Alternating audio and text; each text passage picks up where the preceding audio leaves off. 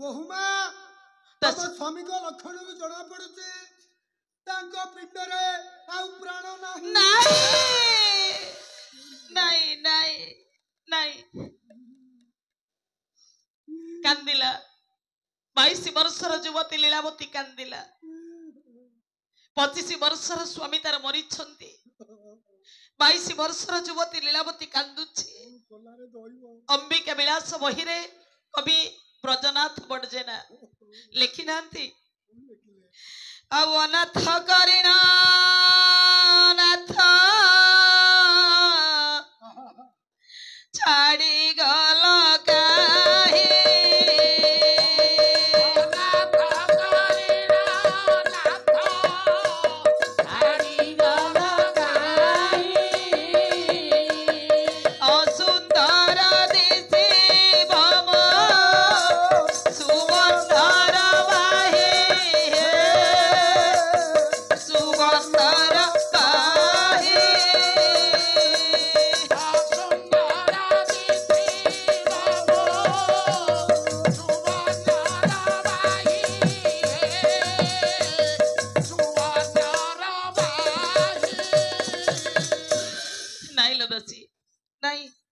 मो स्वामी मरी नांतिलो सोईचंती केमिति मरिबे सबु बेले स्त्री पर बामांगी विवाह बेदी रे स्त्री स्वामी कर डहाण पक्षे काहे की बसे दक्षिण पटे जमराजार घर विवाह बेदी रे मो स्वामी को डहाण पक्षे बसे मु काली जमराजा को भिक्षा मागिछि तमे जेते बेले नब मते आगे नहीं जीवो हाथरे शंखा मस्तकरे सिंदूर पादरे अलता थिबो मु जते बेले कोकेरी लदाई जाउथिबी अहे थेंडुरा बाजुथिबो मो स्वामी खई कौड़ी बिंची बिंची जाउथिबे श्रीमती माने कबाटा कोणे रे थाई कथा हेबे आमे एमिति यारी परी श्रीमती नि हेई जानतु कि से मरिबे केमिति मरि नांती असमय लिभि गला मथार सिंदूर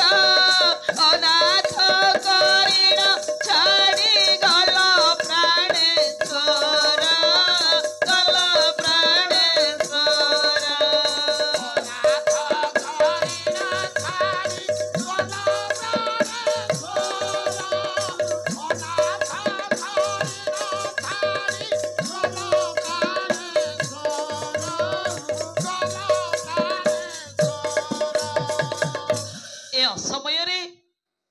मो हाथर शंखा भांगी जाउछि कहीं मथारु मोर सिंदूर लिभि जाउछि कहीं ना मो स्वामी मते बासर राति रे कथा देइथिले जेते बेले मरिबा में दी जण मरिबा जुआडे जिबा में दी जण संग होई जिबा मते एक छाडी देई गलो राति पाइछि ए समाज मते कोन कहिबो ए समाज मते निंदा करिवो अलक्षणी डाहाणी बोली मते कहिबे कलुषिता बोली कहिबे को बयस रे मो एका एका बंचिबी केमिति मुंड को पिटी दउछि लीलावती अंगर बसन आभरण ठीक रहुनी आलोलाइता केशा धूली धूसरिता तनुरे हानाथ हेई गड़ी जाउछि गड़ी आसुछि लीलावती मां माने कहंतिनी देखो केमिति बाली माटी साउंटी पकउछि विचित्र रामायण रे विश्वनाथ खुंटिया लेखि नाहंती आज्ञा जे युवती पतिया घरे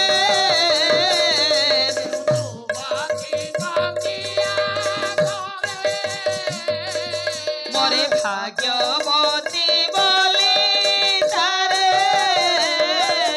मोरे भाग्यवती बोली तारे युवती आगे पति जेबे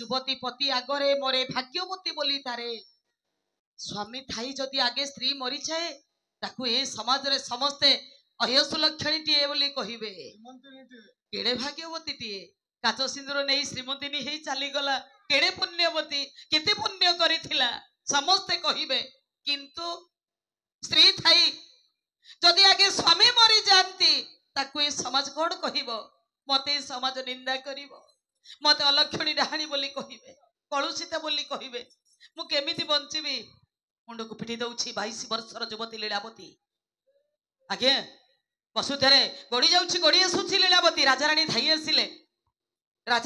आसिले देखिले पुओ मरी जाइछि राजाराणी दासी परिवार समस्त कांदिले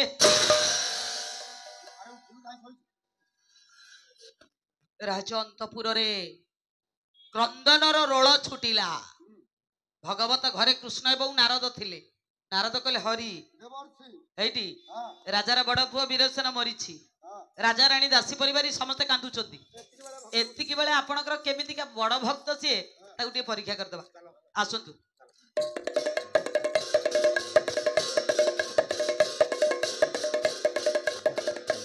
तो राजसिंह द्वार एठी ठिया करी वेद ध्वनि करबा ओम भगवत भिक्षां देहि सावित्री सत्यभामा हिमगिरि तनया रुद्रति जम्मोवात्या लोकमुद्रा सुभद्रा ऋतु कमले रेवती रुक्मिणी च रंभ मेनक सदा सुरपुरवनिता जानकी बाण पुत्री सर्व सौभाग्यवता सकल गुण युक्ता कुर्वन्तु ते मंगल ओम विष्णु शुक्लम वरधर विष्णु सचिवन्न चतुर्भुज प्रसन्नं वदनं ध्याये सर्व विघ्न प्रशान्ते सुमृते सकल कल्याण भाजनं यत्र जायते पुरुषं तवदनित्यं प्रामि सलं हरि शंख चक्र गदा पाणि द्वारिका नीलाच्युत गोविंद पुंडरीकाक्ष रक्षमा शरणं गत ओम भगवत भिक्षां देहि ओम भगवत भिक्षां देहि प्रिय पंडित मंडली कृष्ण एवं नारद राज सिंह द्वारा ठिया जेते बेले वेदध्वनि कले राजा कीर्तिचंद्र पुओ पाखरे कांदुथिले वेदनाद राजांको कानरे बाजी जिबा परे राजा कोन कले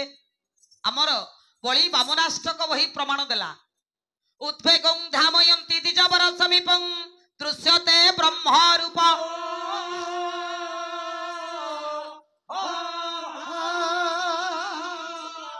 सानदं पुछयति किमपि द्विजवर पुत्र कार्ये तोयासि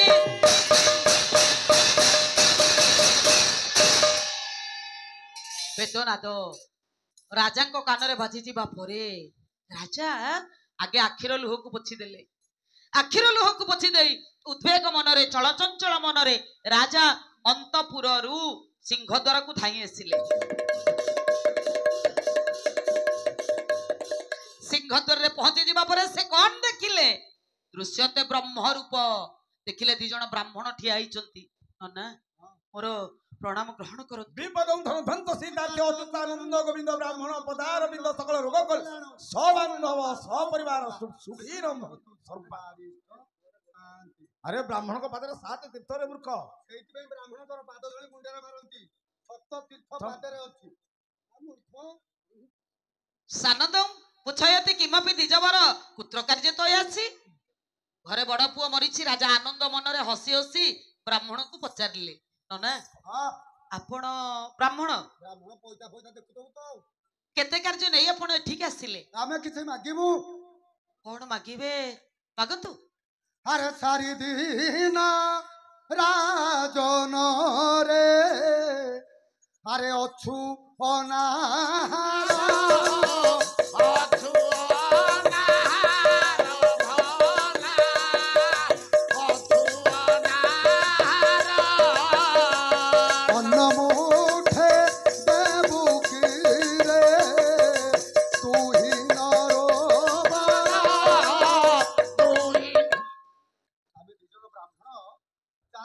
किछि खाइनु काई खानु पचारनु काहे की आमे सब द्वार भोजन करिबु जे धार्मिक लोक आमे चारि द्वार अन्न भोजन करिबु राज्यवासी को पचारलु राज्य रे धार्मिक किए सबटार बड़ धार्मिक किए राज्य रे राज्यवासी समस्त कहिले राजा ठारू धार्मिक ए राज्य रे आउ कई नांती आज आमे तोरी द्वार अन्न भोजन करिबु ना सुनु शास्त्र कहिछि जा द्वारु अतिथि बाहुडे से प्राणी प्रेत मुखे पड़े जा द्वारु ब्राह्मण अतिथि अशांति फेरती मरीगले से लोक मुक्ति हो पारबनी प्रेत हो नाही करदेबू आम निराशर फेरबू केते धर्म करूँ मुक्ति हो पारबुनु प्रेत हो गंडा खाइबा दे दे दे दे हाँ राजा चिंता कले ପୁଅ ମୋର ମରିଛି, ଅଶୌଚ ଅବସ୍ଥା। ଏ ଅବସ୍ଥାରେ ବ୍ରାହ୍ମଣକୁ ଅନ୍ନ ଭୋଜନ କେମିତି ଦିଆଯିବ?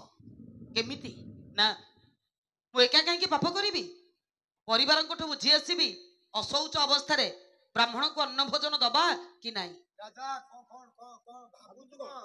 ନନା, ଆପଣ ଏଇଠି ଟିକେ ଅପେକ୍ଷା କରନ୍ତୁ, ମୁଁ ଘର ଦେଖି ଆସୁଛି। ଅନ୍ନ ଯୋଗାଡ଼ ହେଲାଣି କି ନାହିଁ? ଟିକେ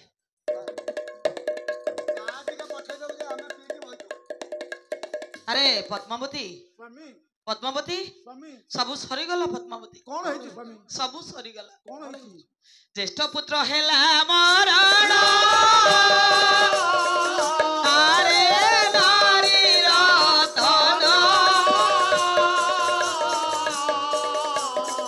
ଦୁଆରେ ମାଗୁଛନ୍ତି ଅନ୍ନ, ଆସିବେନି ବ୍ରାହ୍ମଣ।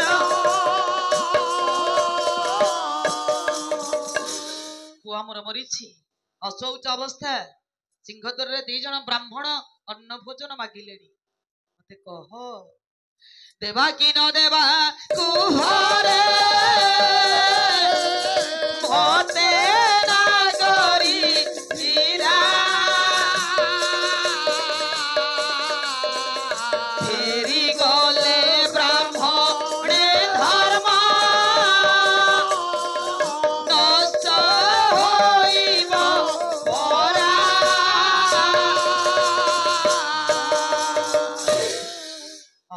ଅଶୌଚ ଅବସ୍ଥାରେ ବ୍ରାହ୍ମଣକୁ ଅନ୍ନ ଭୋଜନ ଦବା କି ନାଇଁ ମତେ କହିଲ? ଆପଣ ମନା କରିଦିଅନ୍ତୁ ସ୍ୱାମୀ। ପୁଅ ମରିଯାଇଛି ଅଶୌଚ ଅବସ୍ଥାରେ କେମିତି ବ୍ରାହ୍ମଣକୁ ଖାଇବାକୁ ଦେବା? ଆପଣ ମନା କରିଦିଅନ୍ତୁ। ମନା କରିବି? ହଁ ସ୍ୱାମୀ। ରାଜାଙ୍କ ମନ ବୁଝିଲାନି, କହିଲେ ନାଇଁ, ସମସ୍ତଙ୍କୁ ପଚାରିବି। ସାନ ପୁଅକୁ ଡାକିଲେ, ଆରେ ସୁରସେନ, ବଡ ଭାଇ ତୋର ମଲା, ଅଶୌଚ ଅବସ୍ଥା। ସିଂହଦ୍ୱାରରେ 2 ଜଣ ବ୍ରାହ୍ମଣ ଅନ୍ନ ଭୋଜନ ମାଗିଲେଣି। ବାପା, ଅଶୌଚ ଅବସ୍ଥାରେ ବ୍ରାହ୍ମଣକୁ ଅନ୍ନ ଭୋଜନ ଦବା କି ନାହିଁ କହିଲୁ? ଆପଣ ନାହିଁ କରିଦିଅନ୍ତୁ। ଆମର ଅଶୌଚ ଅବସ୍ଥା, ସେମାନେ ବିକଳ୍ପ ଚିନ୍ତା କରନ୍ତୁ ବାପା। ମନା କରିବି? ଆଜ୍ଞା। ତଥାପି ରାଜାଙ୍କ ମନ ବୁଝିଲାନି। ଆଜ୍ଞା, ବୋହୁ ପାଖରେ ପହଞ୍ଚିଲେ। ବୋହୁ, ବାପା, ସ୍ୱାମୀ ତୋର ମଲା, ଅଶୌଚ ଅବସ୍ଥା। ସିଂହଦ୍ୱାରରେ 2 ଜଣ ବ୍ରାହ୍ମଣ ଅନ୍ନ ଭୋଜନ ମାଗିଲେଣି। ଏ ଅଶୌଚ ଅବସ୍ଥାରେ ବ୍ରାହ୍ମଣକୁ ଅନ୍ନ ଭୋଜନ ଦବା କି ନାହିଁ କହିଲୁ ମା? କଣ କହିଲୁ ମା? ବୋହୁ କହିଲା ଦିଆଯିବ। କହିଲା ମଲେ ତ ନ ଫେରଇ ଆଉ, ବ୍ରାହ୍ମଣ ଆଗେ ଅନ୍ନ ଖାଉ।